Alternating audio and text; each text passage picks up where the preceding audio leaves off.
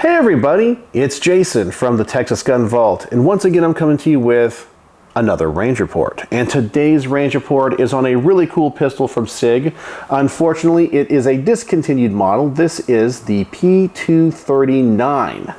This is a single stack 9mm handgun, which was also offered in 40 and 357 Sig, and came out originally in the early 90s and was Sig's original competitor to the Glock 19. And I guess we all know who won that particular competition. But before we get into the things about this gun, its history, the things I like and don't like, I want to thank the people that make this range report possible. First and foremost is my good friend Jack, who lent this particular firearm to the channel. I've had the opportunity to shoot many of the fine guns from his collection, and it means the world to me, so thank you, Jack. I also want to thank all of my Patreons who, through their monthly contribution, help keep the lights on around here. You guys know that YouTube is not firearms content friendly, and so they ensure that I'm able to continue bringing this content to you, and so it means a lot to me, and thank you for your support, Patreons, and everything that they provide for the channel goes right back into the channel.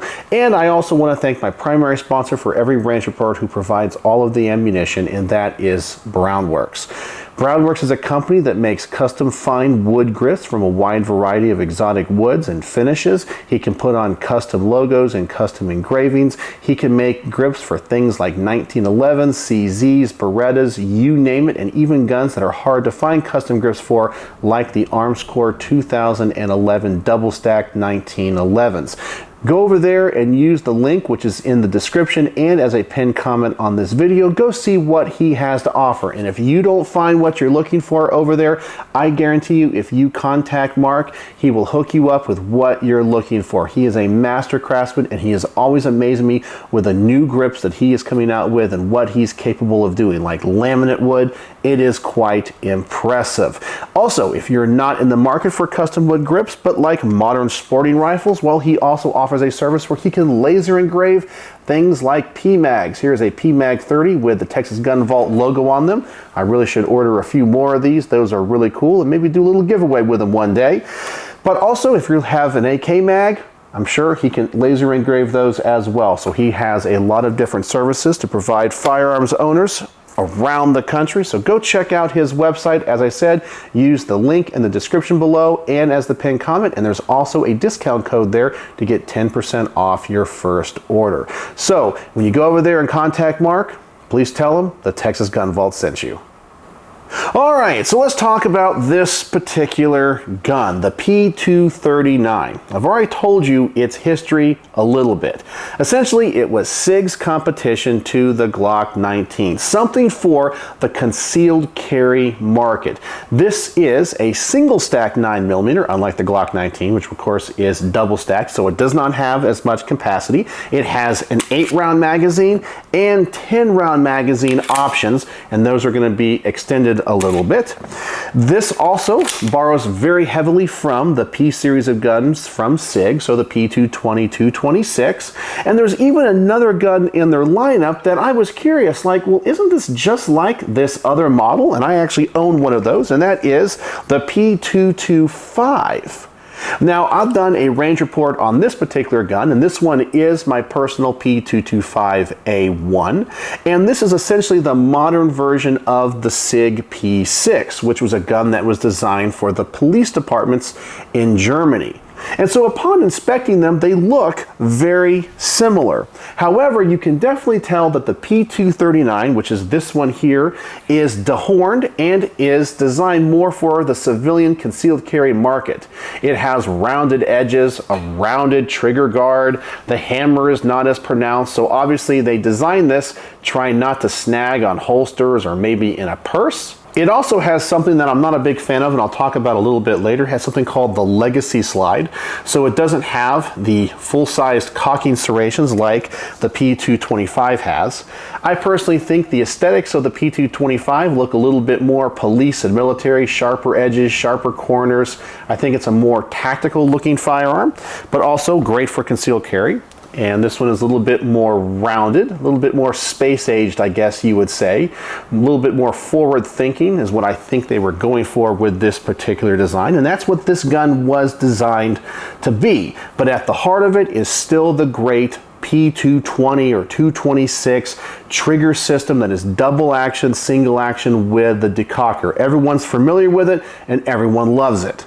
So let's talk about the things I like and don't like. Let's talk about the things I like first. First and foremost, this thing is a Sig. I absolutely love Sig Sauer handguns. Every one that I own is just top quality. And when it comes to the P series of firearms, I've never had any issues with any of them. And that's because they are all metal framed firearms. Some people are going to like that, some people are going to hate it. Now for the concealed carry market, one of the things that I think the Glock 19 beat out with this gun is that the Glock 19 is made of polymer. It's lighter. This gun is all metal, but you're going to get a better felt recoil, or that's what they say. I also like the fact that this thing seems to have a great trigger when I dry fire it here on the bench. Both double and single action, it seems to be really smooth. And that's something that I have come to expect from Sig Sauer's trigger system that is indicative of all of the other models in the series. On this particular model, it is kind of a two-tone look where all of the controls are in silver. Now, I'm not sure if that was an option or maybe somebody did that in aftermarket. I just get these guns and have to review them as they come into the channel. I don't always know the history of each model. I do know that they offered a tactical version of this and a SAS version of it, which I guess was even more streamlined without sights or had some type of different sighting system which would snag even less. And that was before they discontinued the model. But I believe this is a standard model. It just has that really cool kind of two-tone look with those controls, and I really like that a whole bunch. Now let's talk about the things I don't like. Now the things I don't like, I think why this gun was not as successful as it could have been. And I did a little bit of research on this gun before making this video, and let me tell you, the videos that are out there on this gun showed this firearm a lot of love. People seem to really love this firearm, and a lot of people lamented that Sig discontinued it. But Sig discontinued it most likely because it just wasn't that good of a seller. I mean, you are competing against the Glock 19, so you're going to have similar features and similar performance. I've already talked about it. It's an all-metal construction, so it's going to be a little bit heavier. But remember, I like that about this particular gun. But the thing the Glock has over this one is that the Glock 19 is double stacked. This is a single stack firearm. This magazine only holds 8 rounds, and you have options for 10 rounds. And by the way, you might hear a little bit of rain and thunder in the background. I'm recording this kind of late at night, and there's a severe thunderstorm going on here in Texas at the moment. But getting back to capacity, the capacity on this, I think, is a huge hindrance, especially compared to its competitors, and that's what Sig was trying to compete with. Would you rather have a gun that has 15 rounds standard capacity or 8 rounds? Another thing I'm not a big fan of is kind of the aesthetics. I've already alluded to that fact. It has smoother edges. It doesn't look as tactile. Now I know this is kind of a qualitative thing. It doesn't affect the performance, but I like to say you want to like the way your gun looks, because if you want to take it out of the safe, you want to handle it, you want to take it to the range, you're going to shoot it more and train with it more and become more familiar with it. But if you're like, I don't like the way it looks, well, you might not get it out as much as you should. And who knows, maybe some people are absolutely going to love the way this particular gun looks because it's designed not to snag, and that's perfectly fine. As I said, this is my personal opinion. And kind of an extension of that qualitative questioning of the design is the fact this gun has something called the Legacy Slide. I don't know why it's called the Legacy Slide, because it's actually a newer slide design than the old design. But let me show you the P225 first. If you look at the cocking serrations on this, they are full-sized in the back and go from the top to the bottom of the slide, and that's going to give you a nice grippy surface. The Legacy Slide, however, which is milled from stainless steel bar stock, only has cocking serrations halfway up. I just don't like the way that that looks. You don't get as much purchase to rack that slide. I don't know. I just don't like the way it looks, and I'm not a big fan of the Legacy Slide. I actually did a video on these slides a long time ago when I had a P229 with the Legacy Slide, and it got a lot of traction, and I learned a lot having to do the research for that video. So go check that out, or just look up what the Legacy Slide is. You may like it, you may not. Alright, so I've talked a lot about this gun. Let's get it to the range. Let's see if this gun performs like everyone says it does. I really can't wait to shoot it because in my hands, it feels really good. It has a solid reputation, and I think it's going to shoot pretty darn well. I just don't know how well. So let's get to the range. I'm going to put my first magazine through this. I'm going to put the target at 7 yards, put one magazine through it, see what the accuracy is like, see what the trigger's like, see what the recoil impulse is like. Well, this is what happened.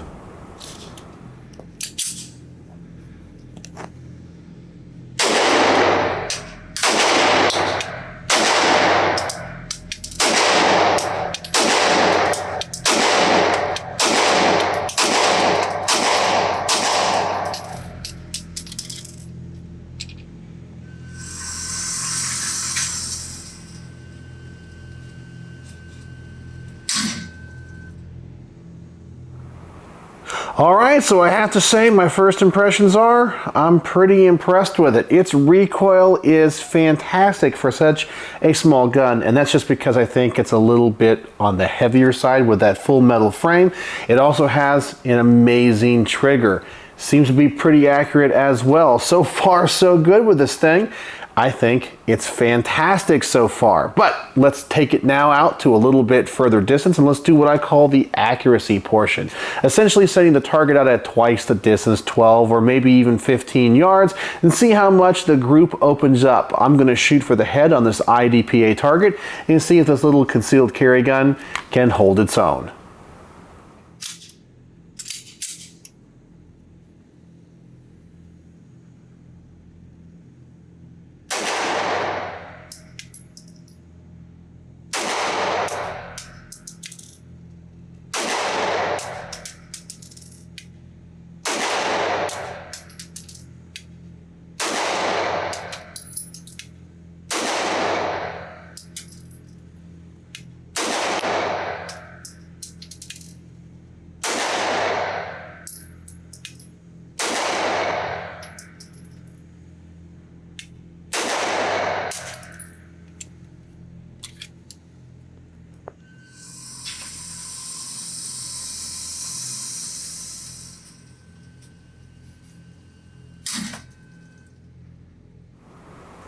And once again, I am really impressed. The gun is pretty darn accurate for me. Normally when it comes to these smaller semi-autos about this size, I don't really shoot them well at further distance.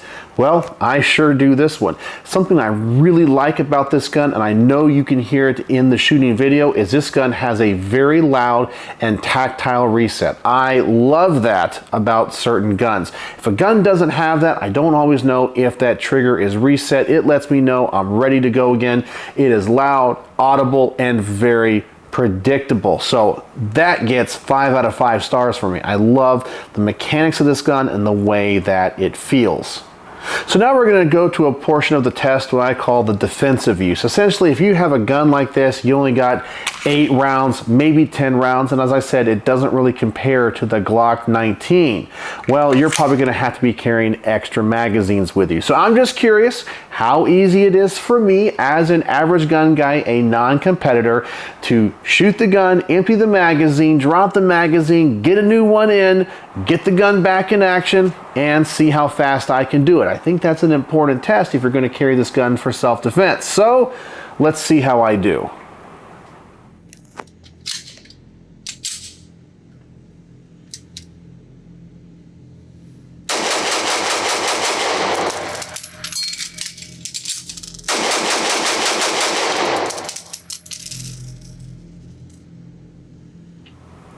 Alright, so I'm pretty happy with that. The magazines in this gun fall out pretty darn fast and very easy. I don't have to pull them out or rip them out at all. They drop free. Easy insertion. It doesn't really have that type of like a flared mag well, so you might be a little bit slow on getting that reload, but it was no problem whatsoever. So for my opinion, it passes that test with flying colors. The next thing I want to do is you're most likely going to be carrying this with hollow point ammunition. Well, here in the United States, in every state except New Jersey, because they're actually outlawed there. But you're probably going to be carrying this concealed carry style with hollow points. So does this gun handle hollow points? And I'm also going to run some plus P through it because most of you guys would probably be carrying that. I'm curious if it changes the accuracy and how this felt recoil will be changed.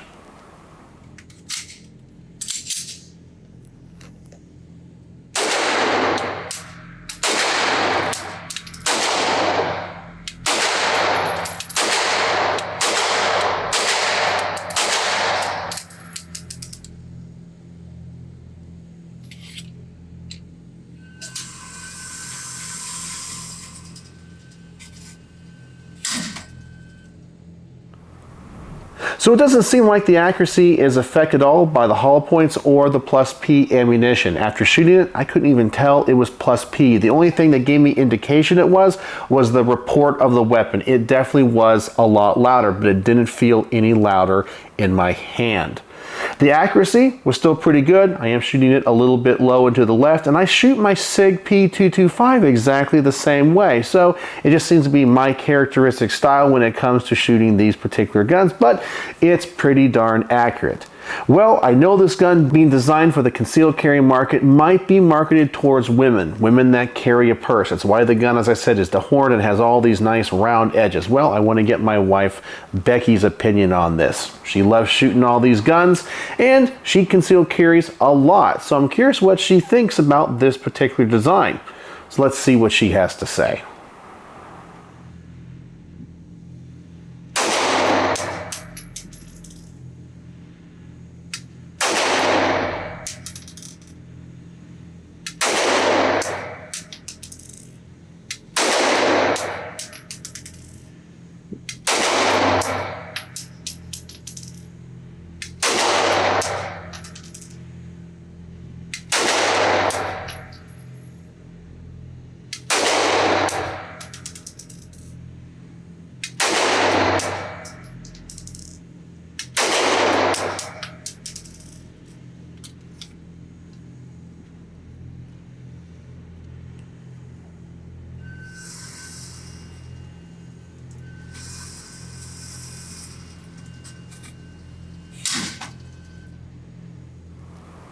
Well, that was easy. She said she has no complaints. I don't think she's particularly fond of the way it looks, but it was comfortable in her hand. She did note that she really likes the grip texture. This is that older Sig style of grip.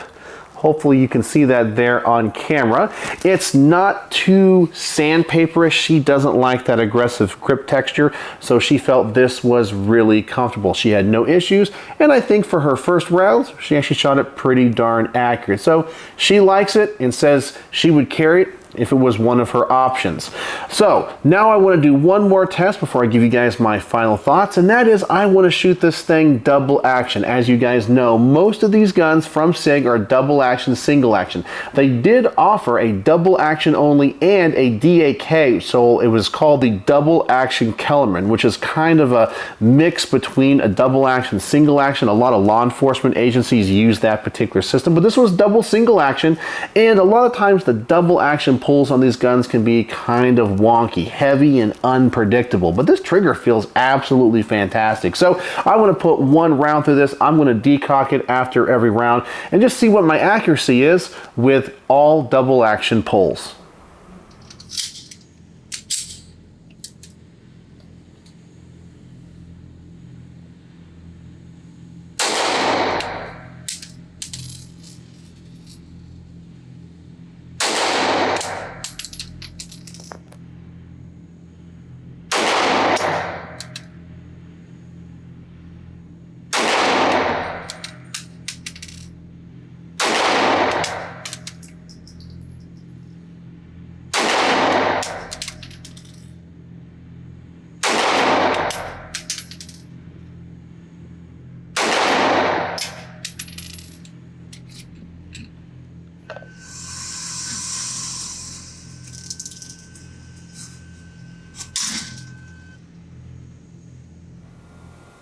Alright, so I can only tell you one thing about that test, and that is this possibly has the best double action pull of any semi-automatic handgun that is not over $3,000 that I have ever felt.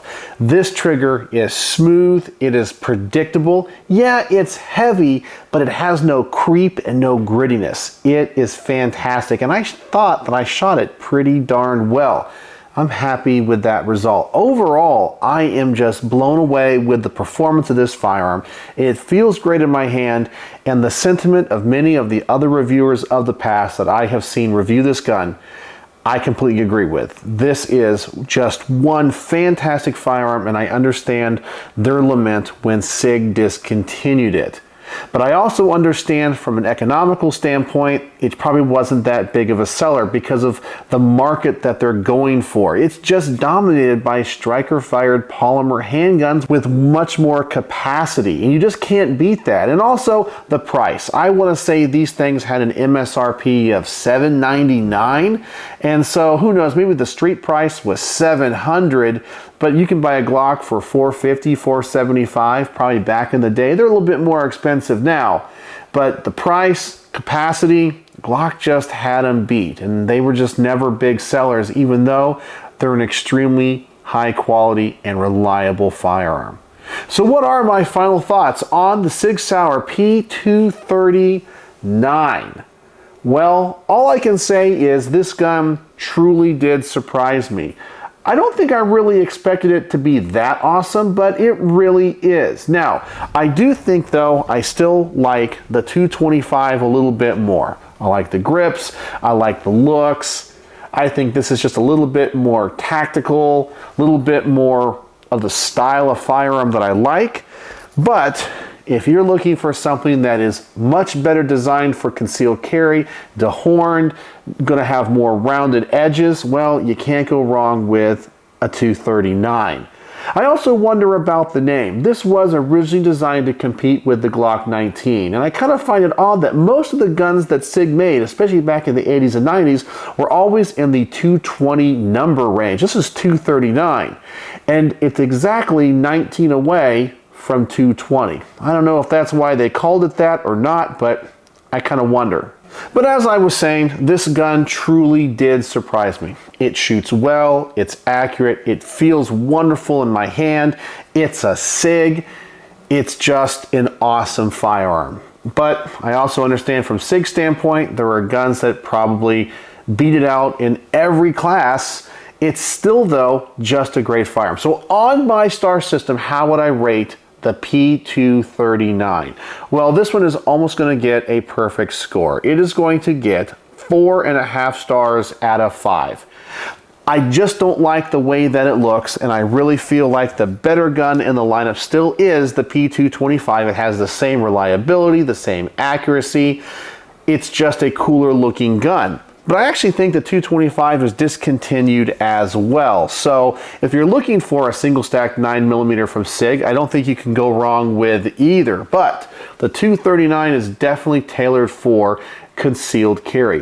One thing I do want to talk about, and I forgot to talk about it earlier in the video, and that is magazine interchangeability. You're probably asking, do the magazines interchange between the 239 and the 225? And the answer is no. Well, they go one way. I did discover that the P225 magazines will fit in the 239 without problem, but it won't go the other way, and that has to deal with the grips and the base plate. It goes in there all the way, it just doesn't lock in. The magazines sure look very similar though, but they are not completely interchangeable. You can run 225s in the 239, but not vice versa. I think that's important to know because these guns are so similar. So there you go, 4.5 stars for the Sig P239. What a fantastic firearm.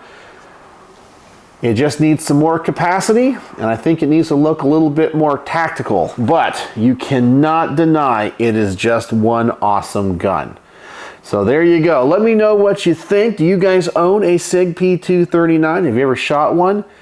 Do you buy into the hype that it was just one fantastic gun that Sig Sauer just discontinued for the wrong reason? So let me know what you think in the comments section below. I would love to know your thoughts. So as always, thanks for watching.